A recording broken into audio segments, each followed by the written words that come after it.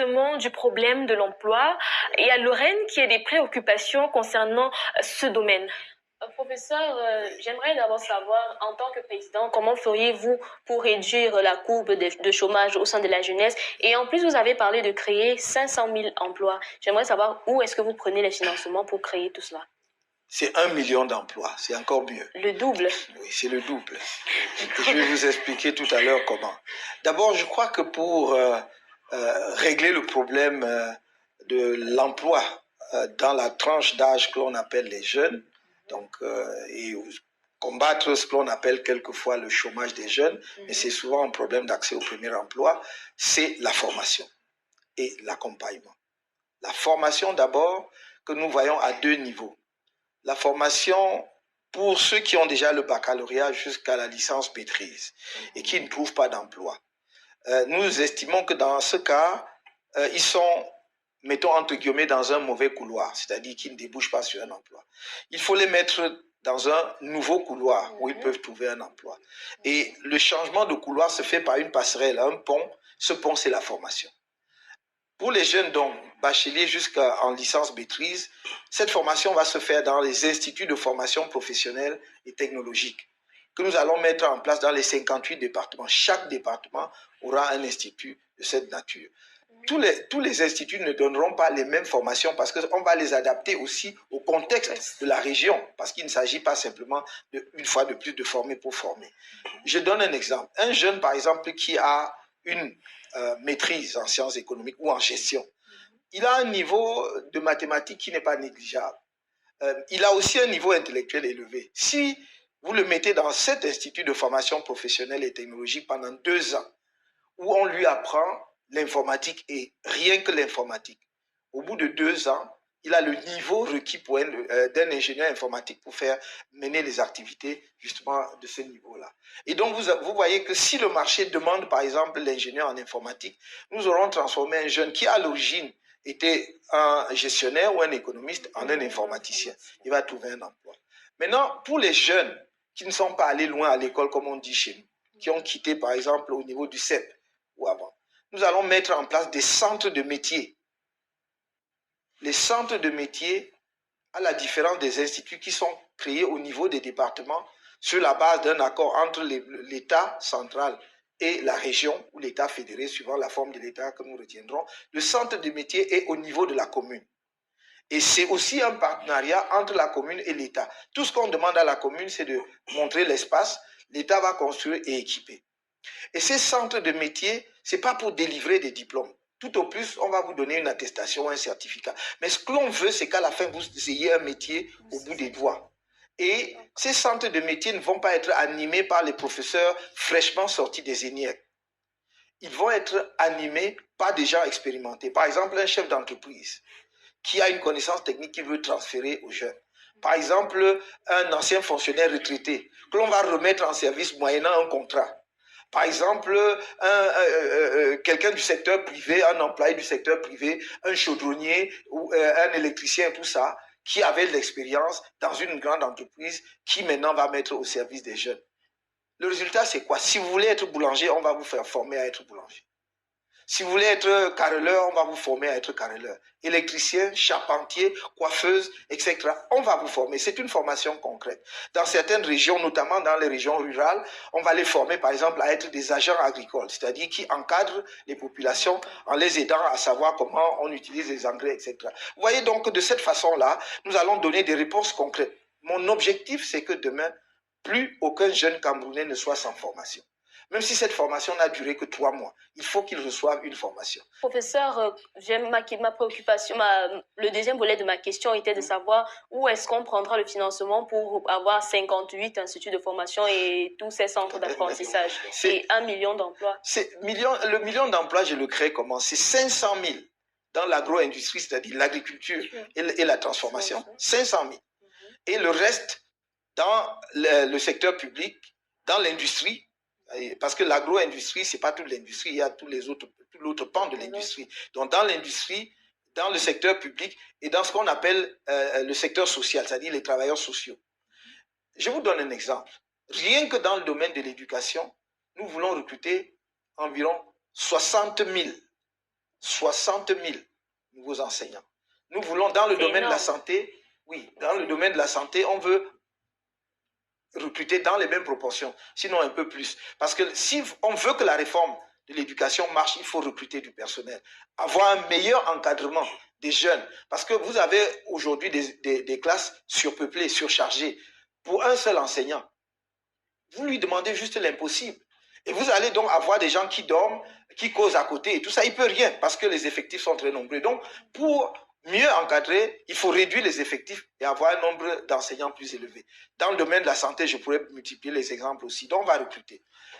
Dans le domaine de la défense et de la sécurité, puisque vous savez que ils vont à la retraite. Et généralement, par exemple, dans la défense et la sécurité, on n'atteint pas toujours l'âge avancé pour aller à la retraite, puisque les performances physiques sont réduites. Voilà, sont un critère. Donc, après un certain âge, vous ne pouvez pas. Donc, ce qu'on appelle le turnover est important. Donc, il faut renouveler. Donc, ça va également ouvrir des perspectives de recrutement. Tout cela va nous permettre de créer 500 000 emplois. Vous dites comment on finance? On a l'obsession de comment on finance dans notre pays. Je ne dis pas que ça n'est pas un sujet, mais ce n'est pas un sujet aussi angoissant qu'on veut le présenter. Rien que sur le volet social, je vais économiser 25% sur le budget de fonctionnement de l'État. 25%. C'est des centaines de milliards de francs CFA. Je vous donne un exemple pratique. À l'heure actuelle, les hauts fonctionnaires de notre administration ont des véhicules de service. C'est normal, je ne suis pas contre cela. Mais est-ce que pour un fonctionnaire qui vit à Yaoundé et travaille dans un ministère à Yaoundé, on a besoin d'un 4x4 qui coûte 40 ou 50 millions? Donc je dis, je veux lui donner un véhicule de service, mais qui coûte peut-être 25 ou 30 millions. Donc vous voyez, sans le frustrer, je diminue quand même, je gagne quand même presque la moitié. On peut diminuer, on peut dire la même chose sur les carburants et d'autres, il y a des postes de dépenses que nous pouvons réduire. Je vous ai parlé de la mercuriale tout à l'heure. Si nous comprimons la mercuriale de façon à ce qu'il n'y ait pas toujours les prix planchers, c'est-à-dire une rame de papier qui pourrait coûter 5 000, mais 15 000. Vous voyez ce que ça veut dire? Donc on peut réduire tout cela. Donc on peut trouver de l'argent. Maintenant, sur les financements importants, d'autres financements importants, il y a des rubriques. J'ai dit que je vais diminuer l'impôt sur les sociétés. Mais à l'heure actuelle, nous payons, je suis sur une chaîne de télévision, mais la chaîne de télévision publique au Cameroun, nous tous, nous contribuons au financement de cette chaîne publique. Parce qu'on appelle la redevance audiovisuelle. Pardon, ça avait été créé à l'époque pour une durée déterminée. C'était limité, ça ne devait pas, je crois, dépasser les 10 ans. Après, c'est devenu permanent jusqu'à aujourd'hui. Pourquoi est-ce que les chaînes privées se battent pour gagner de l'argent et les chaînes publiques doivent s'installer dans la facilité sur un matelas d'argent qui tombe chaque mois et ils n'ont rien à faire? Et parfois, justement, avec une impartialité, d'ailleurs, dans la distribution des paroles qui est choquante. Donc, il faut supprimer soit cette redevance, soit mettre le niveau de subvention de la chaîne publique à un niveau acceptable et leur apprendre la compétition aussi dans l'audiovisuel. Donc, il y a des endroits où on peut trouver l'argent. Et enfin, toujours source de financement, même sans aller chercher de financement à l'extérieur. Il y a d'autres sources dont on ne parle pas assez. Nous sommes dans un pays où l'on dit, moi, quand j'étais jeune, à l'école primaire et même au lycée, on disait l'or de Bétaré Oya. Est-ce qu'on vous a déjà dit combien de quantités d'or nous produisons par an? Personne ne sait. Maintenant, on vient de découvrir l'or à Ezeka. Est-ce que vous le saviez? Bon, voilà, maintenant tout le monde le sait, pour des raisons, mais est-ce qu'on l'a annoncé officiellement? Et est-ce que nous savons combien ça produit par an? Non. Il y a les diamants, ce n'est pas moi qui l'ai dit, c'est l'État lui-même qui a communiqué là-dessus, en disant que nous avons découvert à Mobilon l'un des gisements les plus importants au monde. On a déjà produit quelle quantité? Je me souviens qu'en 2015 ou 16, lorsqu'on voulait être validé au processus, dans le cadre du processus de Kimberley, on nous a annoncé qu'on a vendu des diamants pour 75 millions. Je me suis demandé si c'était une bague de fiançailles en diamant, parce que 75 millions, c'est ridicule, vous conviendrez avec moi. Donc, il y a de la ressource dans le pays. Il y a par exemple même la forêt que l'on exploite déjà depuis longtemps. C'est un problème de gestion de ressources, de meilleure allocation des ressources. Quelles sont les priorités? Qu'est-ce que nous voulons que le pays devienne demain? Est-ce que nous voulons dépenser aujourd'hui dans le plaisir et la jouissance tout ce dont les générations futures auront besoin sans penser à eux? Donc, il y a des ressources et je pense que ces ressources seront mises à utiliser à bon escient. Alors, Bonjour, chers frères et sœurs. Vous venez là d'écouter le professeur Moscanto qui déroulait déjà son programme de gouvernance en 2018.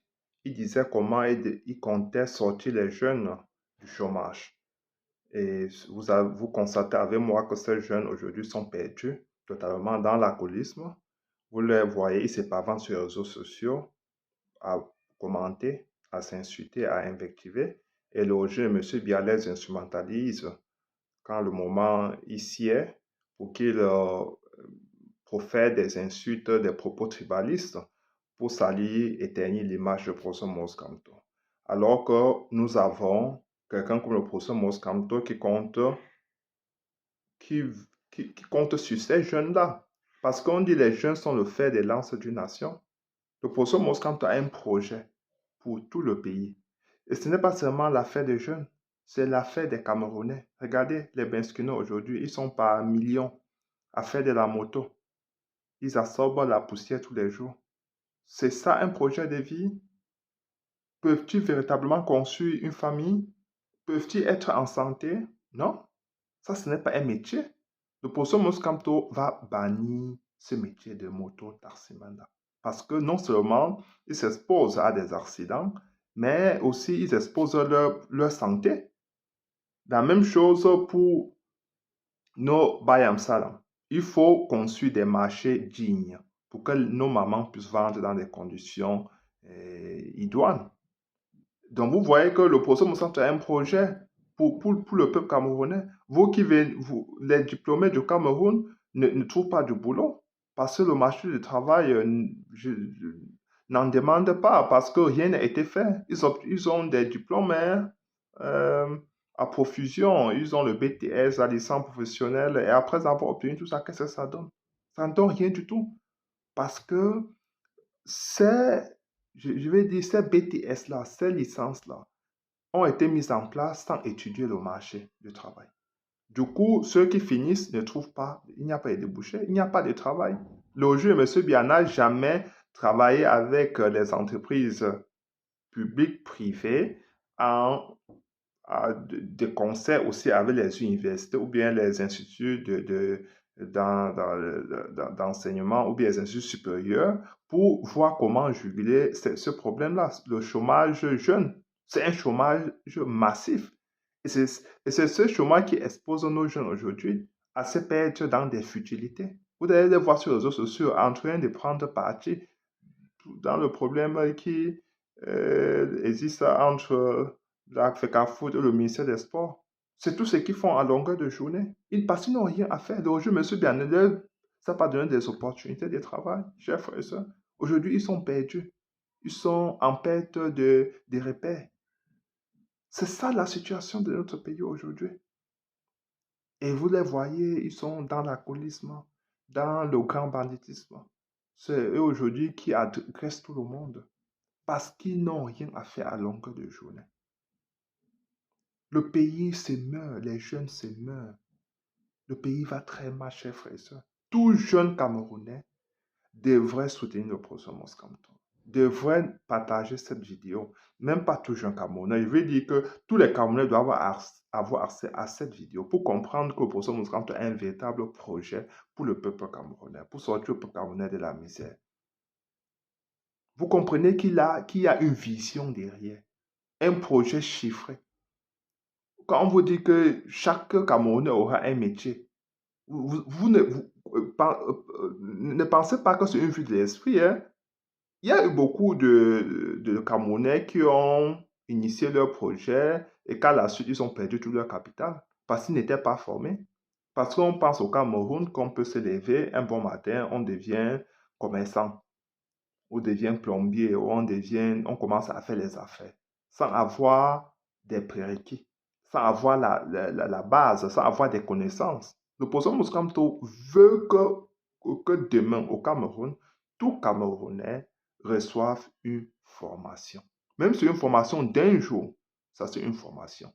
Vous voyez souvent, même en Europe, sous d'autres cieux, vous trouvez un commerçant au supermarché ou une commerçante.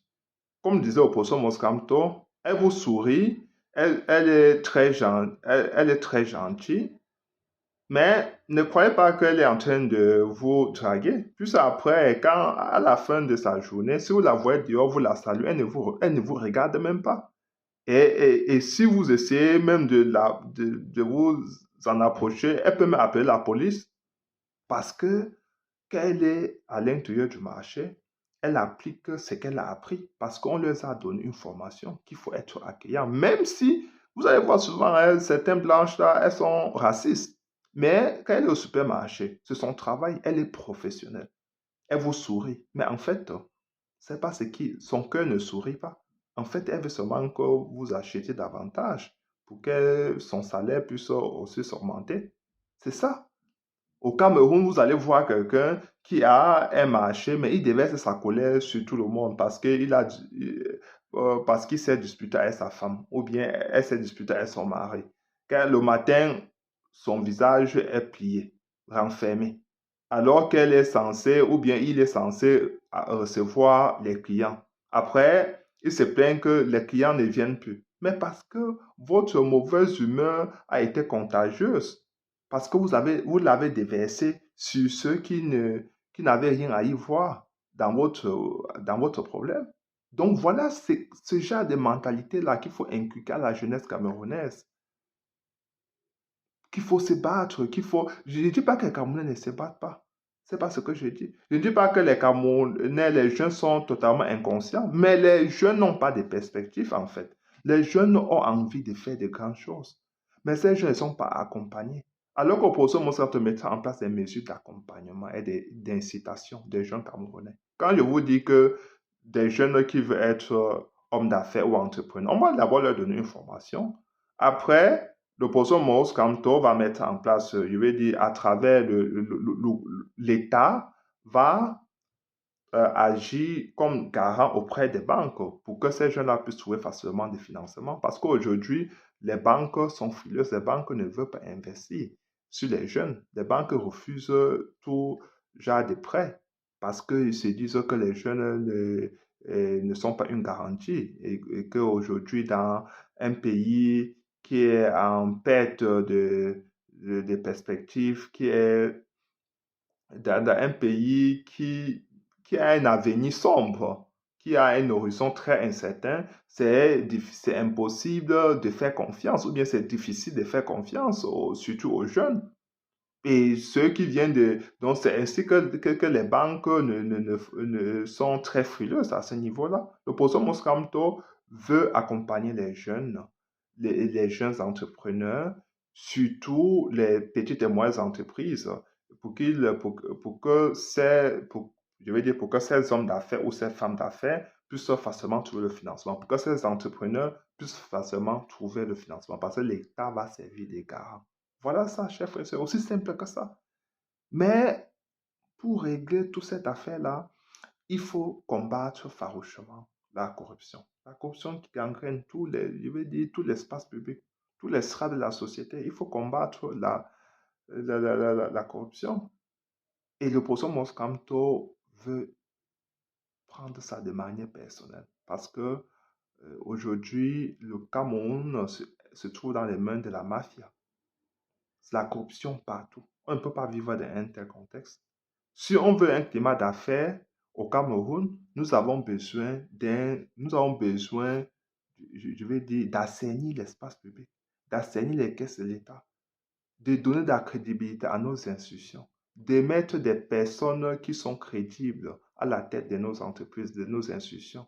Sous M. Biya, des entreprises ont mis les clés sur les paillasson immédiatement après son arrivée à la magistrature suprême. Ça, c'est ce que M. Biya nous a produit. Parce que quand elle est arrivée au pouvoir, c'était la fête tous les jours, la jouissance, la farandole tous les jours. Il n'a pas pensé qu'il fallait accompagner les entreprises. Il a commencé à nommer des gens à l'emporte-pièce comme directeurs, sous-directeurs dans les entreprises publiques et parapubliques. Et ces entreprises-là commençaient à gérer ça comme, je vais dire, comme une cantine familiale. Il ne se faisait pas violence d'être plus exigeant ou bien de chercher à être plus compétitif. C'est ce que ces entreprises-là, c'est ce qui a fait que les entreprises publiques et parapubliques ferment rapidement. Et après, on a connu immédiatement les privatisations. Parce que le juge, M. Biya, est incompétent. M. Biya n'a jamais eu aucune vision pour le peuple camerounais, pour sortir les Camerounais de la misère, pour accompagner les entreprises camerounaises. N'en parlons pas pour les entreprises privées, parce que regardez à quel sein les entreprises privées sont vouées aujourd'hui. Il n'y a pas de jeunes qui se lancent dans les affaires au Cameroun ou bien dans l'entrepreneuriat sans faire partie, sans être membre du parti au pouvoir. Parce que c'est la condition sine qua non, c'est la précondition pour qu'on puisse te laisser entreprendre au Cameroun. C'est ça. Ou bien il faut connaître quelqu'un, le népotisme à tous les niveaux. Nous ne pouvons pas vivre dans un tel pays et faire semblant de ne pas voir ou bien ne pas entendre. Faire le sourd-muet. Non, non, on ne peut pas, chers frères et sœurs. Nous ne devons pas être atteints d'amnésie. Rappelons-nous toujours de là où nous venons. Amadou Aïdjo, sur Amadou Aïdjo, nous avions beaucoup d'entreprises publiques, privées, parapubliques, qui fonctionnaient à merveille. Le Cameroun était en train de s'industrialiser. Monsieur est venu détricoter tout. Comme je vais dire que le Cameroun est en train de se fondre, est en train d'aller tout droit vers le gouffre. Et c'est ce que ce régime a pu fabriquer, a pu produire. Alors, chers jeunes Camerounais, Camerounaises, réveillons-nous, réveillons-nous, réveillons-nous pour nous battre, pour qu'un nouveau Cameroun puisse naître en 2025. Et cela est possible parce que nous avons la clé de notre changement. Entre nos mains, nous pouvons changer notre destin en 2025. Comme cela s'est passé sur d'autres cieux. Ce n'est pas de la magie. Nous voulons changer la donne, nous devons nous organiser. Tous les composants de la société camerounaise doivent se mettre ensemble pour le même objectif, pour le même intérêt commun, pour un intérêt commun, je vais dire. Nous devons nous mettre ensemble, chers frères. Ça ne sert à rien de passer des journées à s'invectiver, à s'insulter, à entrer dans des guerres stériles, dans des débats oiseux. Ça ne sert à rien.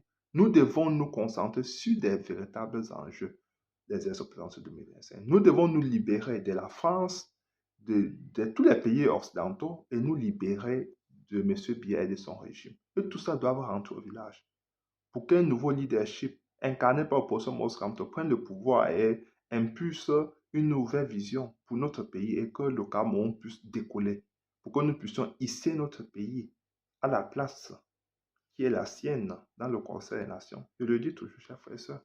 Ok, je vous prie de vous abonner et surtout partager massivement cette vidéo pour que tous les jeunes Camerounais, tout jeune Camerounais puisse recevoir, puisse regarder cette vidéo et sache que le professeur Moise Kamto a un projet pour lui ou pour elle. Ok, chers frères et sœurs, ciao.